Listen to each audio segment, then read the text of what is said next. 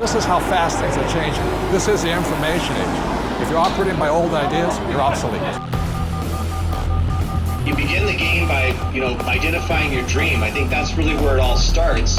In today's economy and where we are today, it's not just a dream, it's more of a necessity. You've got to identify how you're going to survive more than how you're going to just, get something out there that you want. Here I am in New York City, financial capital of the world, surrounded by millions of people, most of whom will spend their entire lives working hard for money, but will have very little to show for it at the end of their life. How many people are pissed off? I hate being told what to do. You have to fail fast. No one can steal my dream. You can count on the government destroying the dollar. All currencies have eventually gone to zero. You cannot save your way to retirement. If it's too complex for us, what do we have to do with our money? We have to give it to them. It was pure hopelessness. It was just 100% survival. Somebody's buying it. The public isn't buying it yet, but somebody is. How bad do you want it? That's the question. It's time to acquire. An unfair advantage. What is an unfair advantage? What you're about to learn may just change your life. It's showtime, baby. Let's hit it. The greatest opportunity in the history of mankind is here. We're in the greatest economic change in the history of the world. This is going to be the biggest wealth transfer in my lifetime.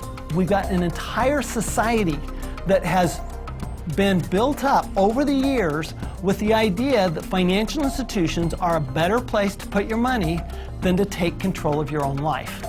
If you have a solid financial education, taxes, debt, inflation, and retirement can make you richer, not poorer. The rich will get richer and the poor and middle class, gone. I was around my brother who was a part of a gang, who ran a gang, and that's a lot like running a business. Most people run from problems, and the truth is that's where the opportunities are. This really is a perfect financial storm. So I am optimistic about the future. It's going to crash. The next big economic boom will not be from the internet or China or India, but will be from empowering women. A big part of success is failing so many times that you learn and learn and learn your lessons. Robert says all the time that if you're not being successful, it's because you're not making enough mistakes. People think that cash is like a safe place to be, a place to park your purchasing power. And I think cash is the worst investment that you can have. And if you follow an economist, you're in trouble. Okay, you want to have barely enough income to survive, if you're lucky. Go do 401ks, go do mutual funds, be my guest. This is the best time to talk about this because people have had a shift of context with this economy. To change your financial life often involves changing your mindset. It really is where it starts, is the attitude, it's the mindset, it's the decision that you're going to, take responsibility for your own financial life. Knowledge is money. Show business.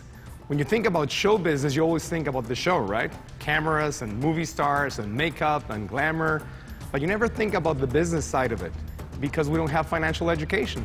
And I didn't learn that until 20 years down the road in my career. And now, I'm not only an expert in the show part of it, but I'm becoming an expert on the business side of it. Business is about production. We can produce our way out of any problem. I was probably age 8 when I started thinking about millions. The very, very first step is you've got to select your dream, because taking control of your financial life starts with a dream. There's got to be a bigger purpose than just making money. If you don't have something that is bigger than you, a dream, a huge dream, you're going to quit. Your friends and who you hang out with, whether you're a child or whether you're an adult, will dictate your destiny and your future. And so you have to be picky and choose your surroundings very carefully. It's creativity. It's brainstorming. It's being around like-minded people. People have so many emotions attached to money.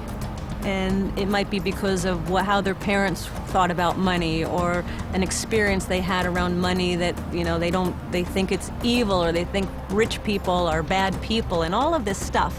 But if you just break it down, money is just a tool to be used in this world. Everybody today uses money, like it or not. The absolutely fastest way to put money in your pocket is to reduce your taxes. Gold and silver have been the safe haven asset for every second of the last 5,000 years. My real estate that we own, through depreciation, wipes out most of our taxable income.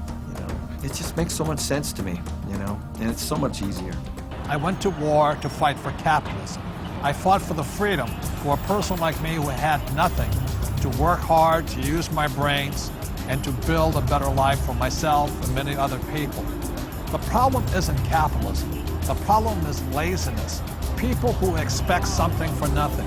The problem is greed. People who take more than they give. And the problem is ignorance, an education system that thinks that money is the root of all evil. It's ignorance, it's financial ignorance that has caused so much of this problem, not capitalism. It's not just a dream, it's more of a necessity. You've got to identify how you're going to survive